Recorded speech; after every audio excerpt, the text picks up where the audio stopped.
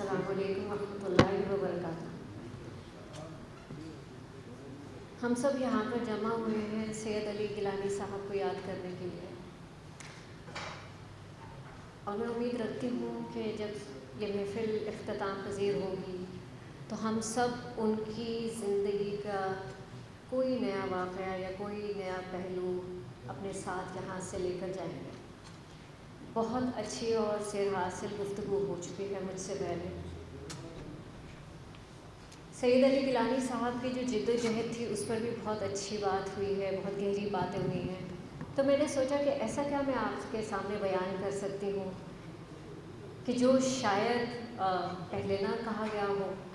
تو میں نے سوچا کہ جو ان کی کتابیں لکھی گئی ہیں ان کے بارے میں تھوڑا سا ہم ذکر کریں کہ انہوں نے اردو لٹریچر کو کس قدر اپنی ذہنیت سے، اپنے قلم سے تقویت دی، انہوں نے کس محبت سے اقبال پر کتاب لکھی جو کہ آج بھی دہلی یونیورسٹی میں پڑھائی جاتی ہے۔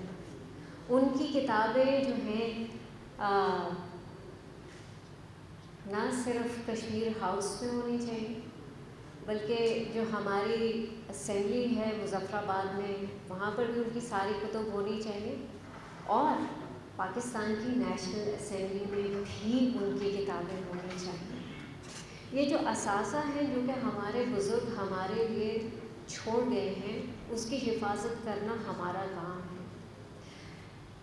کشمیریوں کا کام صرف یہ نہیں ہے کہ ہم یہ جد و جہد آگے لے کر چلیں، ہمارا کام یہ بھی ہے کہ جو ہمارے بزرگ ہیں جو کہ یقیناً ہم سے زیادہ بہادر تھے، جنہوں نے کہ یقیناً ہم سے زیادہ صعوبتیں جھیلیں، ہم انہیں یاد رکھیں،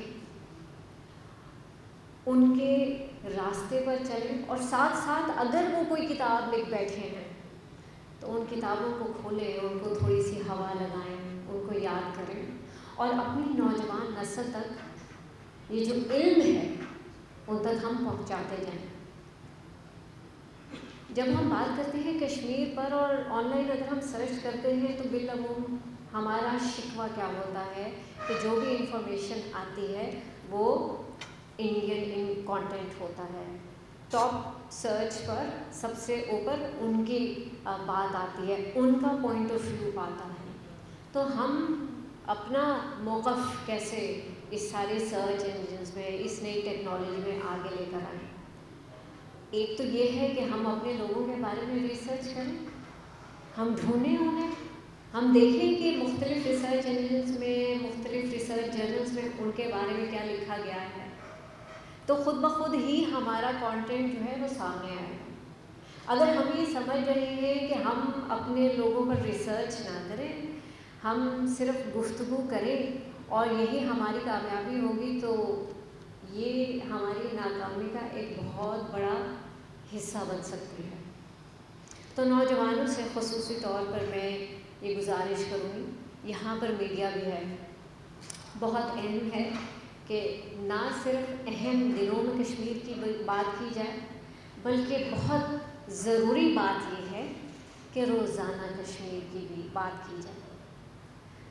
عثمان نے بہت پیاری بات کی کہ بہت سارے لوگ ہیں کہ جنہیں یاد کرنا ہے، بہت سارے لوگ ہیں کہ جنہوں نے اپنی جان اور مال اس تحریک میں نچھاور کر دیا ہے، ان سب کو، وہ سب ہمارے ہیروز اور ہیروئنس ہیں۔ پاکستان میں سید علی گیلانی صاحب ہو گئے، برہان وانی ہو گئے، اس طرح کے چیدہ کچھ نام تو لوگوں کو یاد ہیں، لیکن جو اور لوگ ہیں خصوصاً جو کہ جنگ آزادی میں شامل ہوئے، آزاد جموں کشمیر کو آزاد کرانے میں جو کشمیریوں نے جنہوں نے حصہ لیا ان کو یاد کیا جائے۔ ہمیشہ ہم ٹرائبلز کی بات کرتے ہیں کہ جی وہ آئے تھے اور انہوں نے آزاد کروایا، کشمیری بھی ان کے ساتھ شامل تھے، اور اسی لیے علی گیلانی صاحب کی ذات اور ان کی بات اتنی اہم ہے۔ انہوں نے سیاست میں بھی حصہ لیا، انہوں نے الیکشن بھی لڑے، وہ ہندوستان کے خلاف آخری دم تک کھڑے رہے، اور ہندوستان ان سے اس قدر خوف زدہ تھا، اس قدر خوف زدہ تھا کہ جب ان نے جان تب بھی ان کے جسد کو ہندوستان کی حکومت نے چھوڑا نہیں. یعنی کہ ان کی وفات کے بعد ان کی تدفین، ان کا جنازہ بھی نہ کرنے دیا گیا.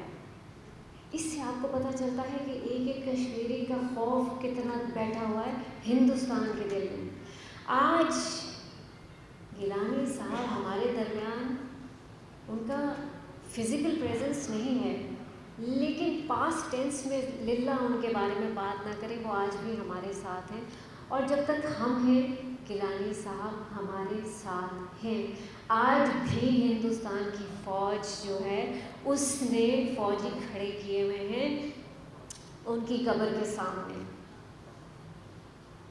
تو وہ سامراج قوم اور حکومت کہ جو آج تک ڈر رہی ہے، اسے نہیں لگا کہ گیلانی صاحب ہمارے درمیان نہیں ہیں، اس کی حرکتوں سے نہیں لگتا کہ گیلانی صاحب گزر گئے.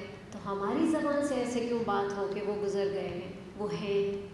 جب تک ان کی بات ہے، جب تک ہم انہیں یاد کریں گے، جب تک یہ نعرہ ہے کہ ہم پاکستانی ہیں، پاکستان ہمارا ہے، تو ان کو ماضی کے طرف نہ رکھیے. وہ ہمارا حال بھی ہے اور وہ ہمارا مستقبل بھی ہے، تو ان کو یاد رکھیے. آپ سب کا بہت شکریہ. بہت شکریہ.